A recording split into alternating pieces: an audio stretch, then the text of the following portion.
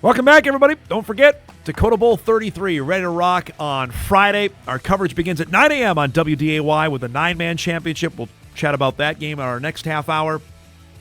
The Class A title game follows that, then the Double A, and we wrap it up in prime time with Century and Davies in the 3A championship at 6:30. That late afternoon game has produced some dynamite ones over the past few years. We may have another one on tap for us coming up on Friday between Devil's Lake and Minot North. The Firebirds, who had the unexpected, unbelievable win over Kindred on Friday against the Sentinels, who have been the top team in the division all year long and edged out a Game Central cast team on Friday night. Head coach Jacob Holmen joins us here on this Wednesday morning, couple days out. You know, I was talking earlier in the show. I remember you and I chatting the first day of varsity practice. First day I actually had practice a few years ago when you guys were just starting football. Have you allowed your mind to go there of just a few years ago we were starting out with nothing, and now we're playing for the title on Friday? Yeah, for sure. We've talked about that a lot with our kids, just the growth that we've seen, not only as football players, but as people too. They've matured a ton, and that's what we set out to do in our program is try to build good people. And when you build good people, good things can happen on the field. So we're really proud of the group that we have, and we've come a long way. Is this even ahead of your own timeline? Um, I would say no. I think knowing the group of kids that we had, that first year was tough. After year two, we thought, man, these guys could do something because they just put in a ton of work on their own time and invested in trying to become better football players. And did we expect to be this good? No, but I think we knew we could compete, and it's turned out pretty well for us. The game last year, Jacob, the semifinal game with Horace, how much did that burn this team going forward, losing on your home field to say we were that close to getting where we wanted to go? Yeah, that's definitely a motivating factor going into your off season and whatnot. But last year, the moment was almost a little bit too big for us. We were still learning. We hadn't been in a situation like that, so I think we used that and learned a lot from that game over the course of the year. And then even on Friday night, I think we went back and tapped back into some of the stuff that we learned. Where it wasn't pretty last week, we did some stuff that was really poor, but our kids battled and did enough to win, and they fought really hard, and we're proud of their effort. Well, we were talking off air, and I was up at Bison basketball, so I only saw the highlights of the game, and it was night and day weather. It was fine here, and you guys were playing in almost a blizzard in the second half of that game. Yeah, second half was a snowstorm, so I honestly didn't notice it was cold or snowy or anything when you're coaching, but people in the stands after the game said they're freezing and all that. So that's a game, any weather game like that, that's one that you remember, regardless of the outcome. It's fun to play in some snow where you're slipping and sliding around and just being physical with it. So, yeah, unique situation. How did you feel like the guys handled it? Pretty well. I don't think it changed anything. Our quarterback played lights out. Yeah. The best game he's played in his time with us.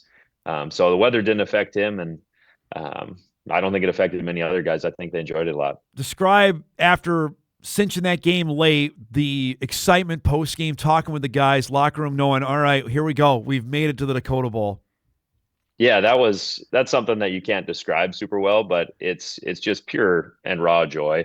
Where honestly, I didn't know if we were going to win. At times I probably didn't think we were going to win. We weren't playing well enough to do it, and momentum flipped. But the picture I have in my head is I gave Coach Rudolph a big hug. He's our defense coordinator. He's been with me from the start. And then I ran over and found my dad right Awesome. away. And Yeah. that was a special moment. So he did so much for us all year, and down the stretch, he's a guy that I look to a ton on that last drive of, hey, what do you think? What do you think? Because he's been in those situations where as a young guy, I haven't been in a stressful situation like that before. So yeah, really special to do it with those guys and this group of kids that we got to start it with. What was that moment like to share with your dad? Very, very cool.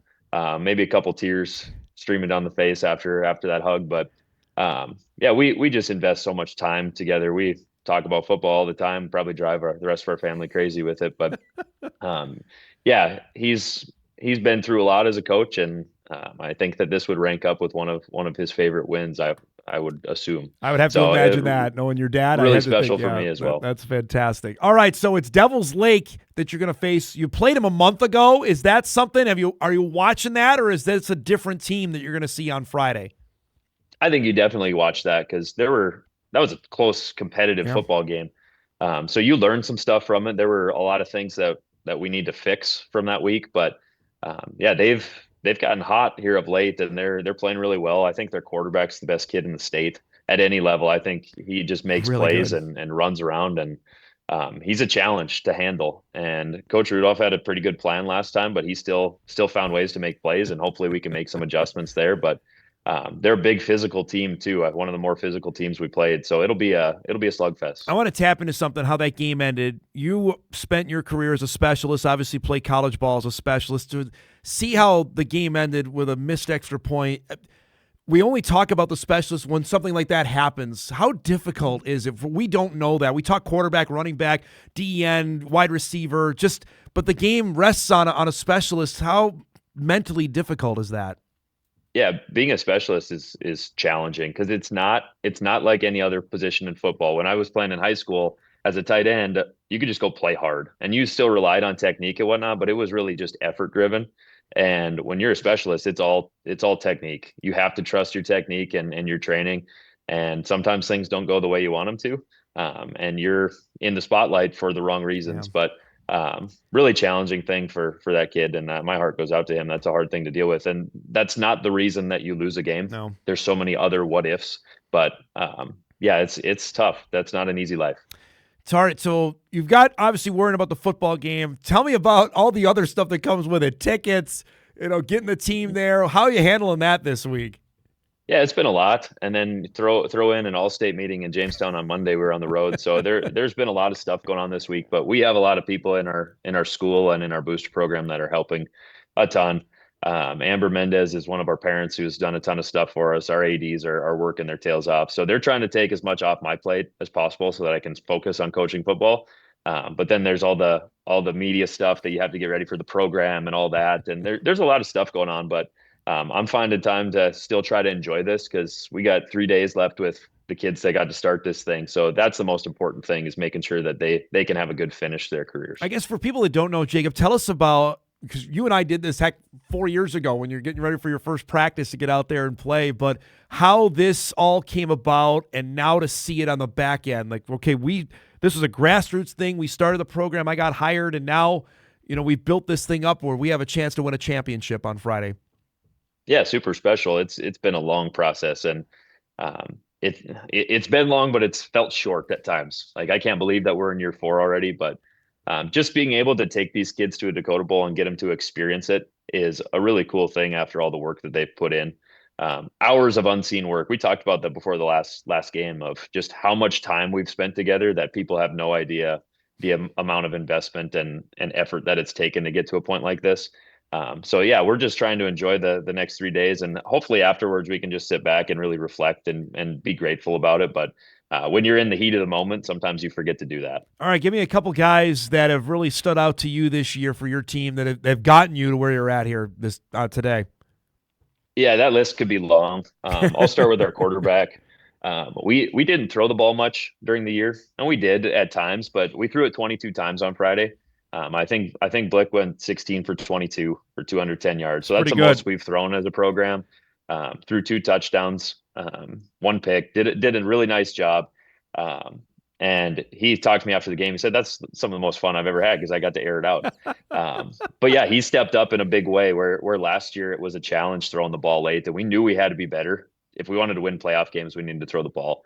And then Christian Dedman's come on really well. We were careful with him early in the year.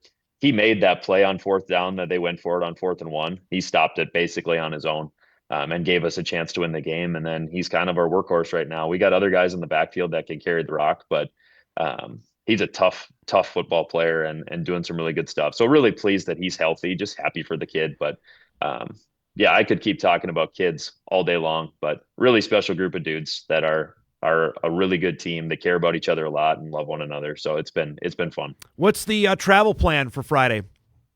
Yeah, we'll get up Friday morning at 6:30. We got a military convoy taking us out of town. That's so awesome. Kind of a cool thing. That's cool. Some parents set up.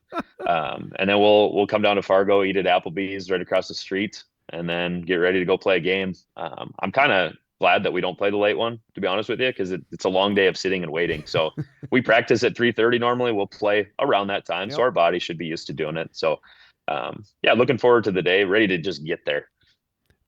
what do you think is going to go through your mind right before kickoff? I'm going to try to treat it like any other game.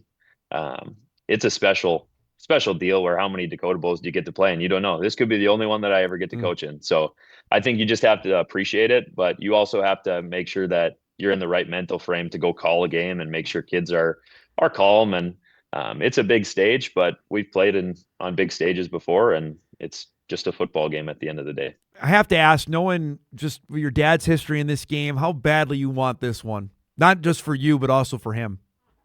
Yeah, I mean, as a player playing for him, my biggest goal was to win a state championship with my dad. Yeah. So to have a chance to do that on a coaching side, not the same, but it's just as cool to be able to just see the work and the time that goes into it, where we were talking as coaches, we wish that we could play because it's way less stressful.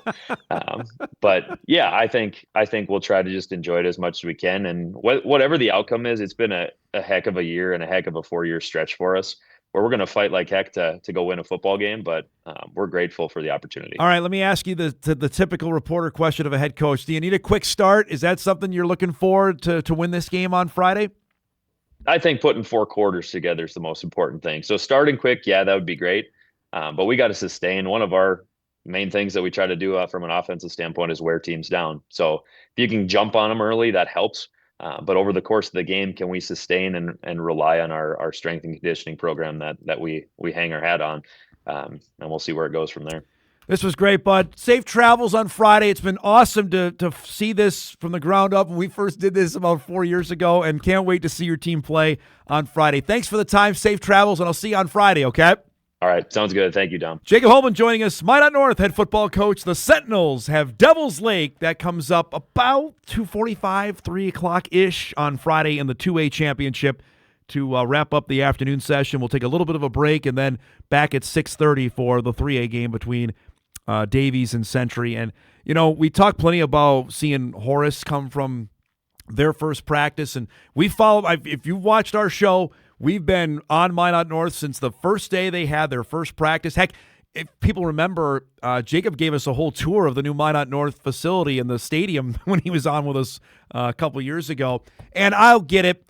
I'm right there with you that this is maybe their last stop. Maybe they're in 2A, that they're bound for. And I think he's even admitted that. They want to play Minot. They want to be a 3A school, that this is the progression of that. And what an opportunity they have coming up on Friday. And his dad, who's a longtime head coach at Minot, and they battled so often. We covered their game when they lost to Davies in 14. They lost to Century in that unbelievable game in 2015. They lost to West Fargo and Jay Gibson in 2017. They came so close to getting over the hump and couldn't do it. We'll see. That would be a special moment for the Holmen family if they're able to win on Friday afternoon. Appreciate his time. All right, we'll break. We'll come back. Got a couple emails to get to, wrap up our first hour. Andy Delabar coming up in our second hour to get us ready for the 9-man championship with LLM and New Rockford. Back on Hot Mic right after this.